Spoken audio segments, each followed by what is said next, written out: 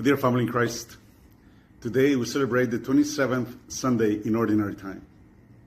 And this Sunday, the Lord wants us to discern our vocation of marriage, this very important sacrament that we are to receive if it is to be our vocation to create a family. And He tells us to come back to our roots and, as always, with any plan, to look at the roots, to look at the foundation. And who is the foundation of our building? The foundation should be Christ, the cornerstone. And if it is Christ upon whom we are to build our lives, then why not focus on this cornerstone? Why not lead life as He teaches us, as He tells us?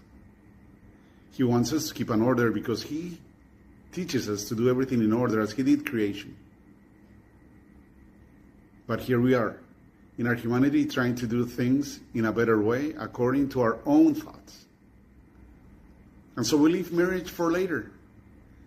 And when a couple starts, they're going to say, oh, let's try it out. And if it works, we'll get married. If it doesn't, we'll go each one on our ways. But why is that? Is that not the hardness of our hearts that do not allow us to see the goodness in each other and that we have to test it out? The hardness of our hearts, which Moses talked to the Israelites back in their time, is the same hardness that we have today.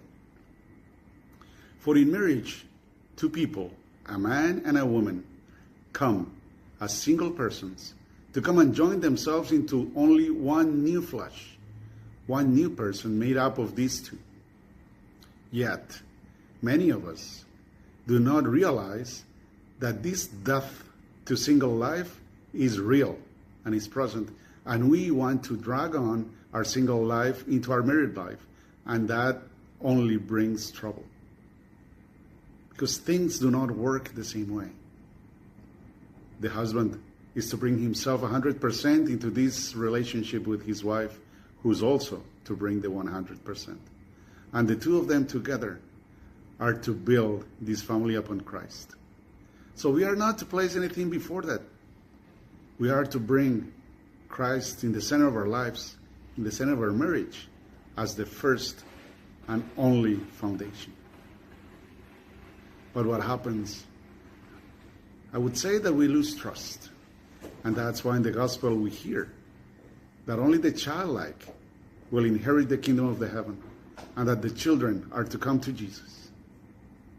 Why? Because children trust, because children are innocent, because children believe in their parents. And we are to believe in our God, our Father, who only wants the best for us. Yet, many times, we want to put our will before His. We want to do it our own way. And so we fail. And so our marriages do not last. And so our marriages are not witnesses to the light and love of Christ among us. Let us then come to Him. Let us then remove any obstacles. Let us accept His teaching. Because see, at the beginning, God said that it wasn't good for man to be alone. And He created a woman out of His side, so that the two of them, together, side by side, could complement each other and could grow in relationship with each other, in service and in love, for God and for the good of all.